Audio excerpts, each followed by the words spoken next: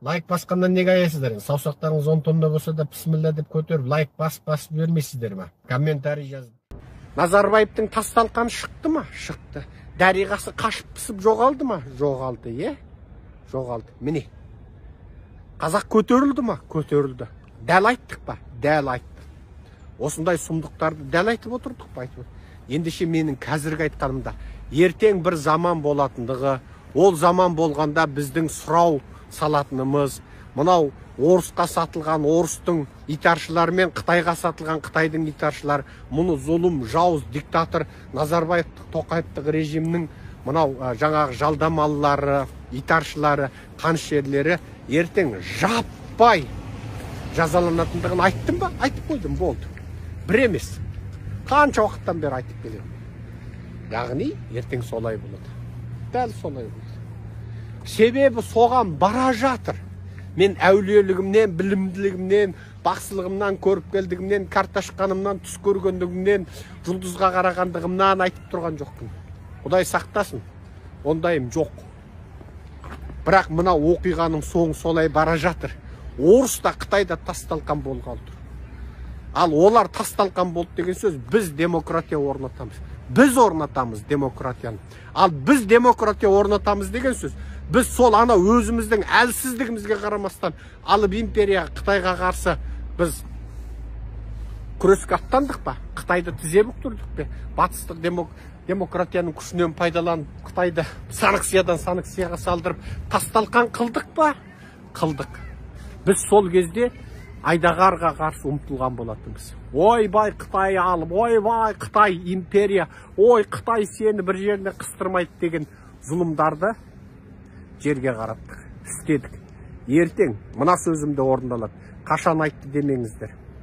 Ертең біз мынау жоғарыда тұрған ана қанішер, ат деп жаңағы түйені түгімен, бүйені бүгімен жұтып алатын қанішер динозаврлардан тартып, Тоқаев, Назарбаев, олардың кландары, әулеттер, министр, депутаттар, облыс әкімдерінен тартып, ең қарапайым ауылдың әкімі, ауданның әкімі, полицияның бастығы, кембан бастығы, ең соңында мына бизнесмендерге дейін айтамын. Бүгінгі сөзім бизнесмендерге келіп тұр. Ана Меккеге 100 барып, оны бизнеске айналдырған молдалар біреуі қалмайсың. 20 метр, 50 метр сәлдеңді ораған бетіңде дарғасамыз. Себебі сен Назарбаев, Тоқаевтық режимнің үгітшісі, насихатшысы болып тұрсың. Сенің молда атың тек қана атақ. Сен шын мәнде шайтансың, сен қызметкерсің. Мынау байлар, ақшасына мас болған байлар, бүгін осытып шалқып өмір сүре береді кім дегендер. Сендер Назарбаевтың бүгінгі қалын көріп ойланыңдар. Біз айттық сендерге.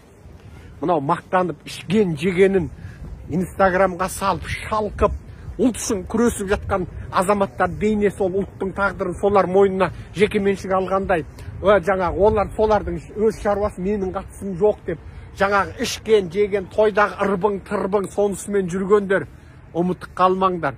Бүгін сен қарқылдап 10 минут, 15 минут, 1 сағат күлдің ба, ертең содан 100 есе уақытыңды жылап еңіреп түрмеде өткізесің. Және ұлт сатқыны болып сотталасың.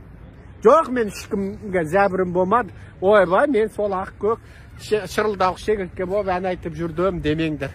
Шыңғыртқанның көкесі сонда болады. Жондарыңнан таспа тілгеннің көкесі сонда болады. Әрбір бүгін уайымсыз, қайғысыз, бүгін жаңа қалың қазақ жылап, еңіреп, азғантай санаулы күрескерлер мына зұлым жүйемен алысып, және сөйтіп жүргенде, анау батырларымыз қаңтарда құрбан болып, олар міне қорлық көріп, міне арызданып Алматы, Астана шапқылап жүргенде, ауырғандар міне ауру басатын дәрілерге ақшасы жоқ, мүгедек болып, қорлық көріп, жылап, еңіреп жүргенде, сендер той-тойлап, рахаттанып жүрсіңдер. Енді осының сұрағы болмайды деп, қай миларыңмен ойлайсыңдар, миларың өкшелеріңе түсіп кетсе де. Мен осының бәрін теңестіремін. Бәріңді. Әрбір кекіріп, әрбір құтырып, әрбір ұлтын ұмытып, әрбір ертең Құдайдың алдында сұрағы болатын ұмытып кеткен сендерге осыны ескертемін. Күлкілерің күлін ұшырып жібереміз. Ойнап қалыңдар, шашып қалыңдар, жеп қалыңдар, ұрлап қалыңдар, ұлт мәселесінен қалыс қалып қалыңдар, үнсіз қалып қалыңдар. Қала беріңдер. Ертең есеп алған кезде көресіңдер. Айтпады екен демеңдер. Айттым, нүктесін қойдым. Серікжан Біләшұлы. Сау болыңыздар.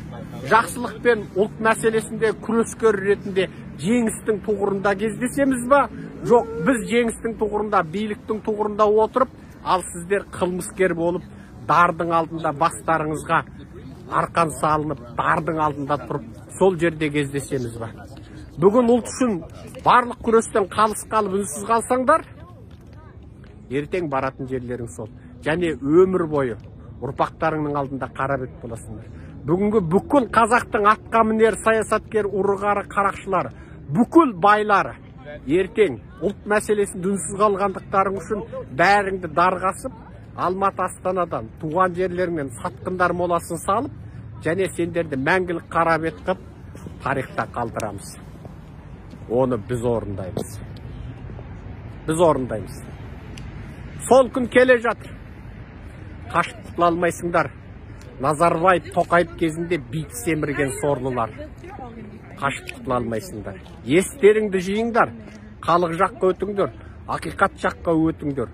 Арам байлықтарыңды енді сол ақиқат үшін күрескен азаматтарменен ымырағы келіп, ана ит жандарыңды, ана сасық жандарыңды құтқарып қалу үшін тырысыңдар. Ақылдарың болса. Себебі ертең соларыңды айтып шырылдап, дар майданда жылап еңіреген кезде мүмкін рақымшылық заңы бойынша ілініп қалуларың мүмкін. Ал онсыз сендерге рақымшылық жоқ. Себебі қазақ халқы қазір ең зұлым жағдайда өмір сүріп жатыр. Ал сендер шалқып өмір сүріп тұрсыңдар. Мәңгілік ештеңе жоқ. Мына табиғаттың осы әдемі жердің бұрынғы құтырған иелерін Құдай жоқ қылып жіберді. Ру-ру болып, тайпа-тайпа болып, мына тайпа ана тайпаны жеңіп, ата-бабасына, ана жақтағы ата-бабасына 10 мыңдап құлдарды құрбандыққа шалған осы жердің бұрынғы иелері міне жоқ болды. Тозы шығарып, тозаңын шығарып жүрді. Теуіп, тежектерін шығарып, бастарынан, бас сүйектерінен мұнара жасады. Міне ұрпағы қалмай, телімі шығып, тозып, тарихта ондай қауым болмағандай жойылып, бір бөлігі ғана анау тау-таудың қуысында қалды. Орнына мүлде бөлек басқа қауым келді. Ол да Құдай айтып кеткен ақиқат, кітабында жазған ақиқат. Бұл қауым шектен асқанда орнына басқа қауымдар келеді деді. Сендер де солсыңдар. Ішіп, жеп, шайқап, ұрлап, жырлап, жасамаған қылмыстарын қалмай, қарапайым қазақты езіп, тонап, және сол езген тонағандардың қасында солардың ит аяғынан жуындысын жалап, сөйтіп іріп пішірген өмір сүріп отырсыңдар ма? Жақсы, ертең оның жазасы ауыр болады. Естіген жоқпыз демеңдер, айтып қойдық. Аман болыңдар, сау болыңдар. Құрметпен Серікжан Біләшұлы.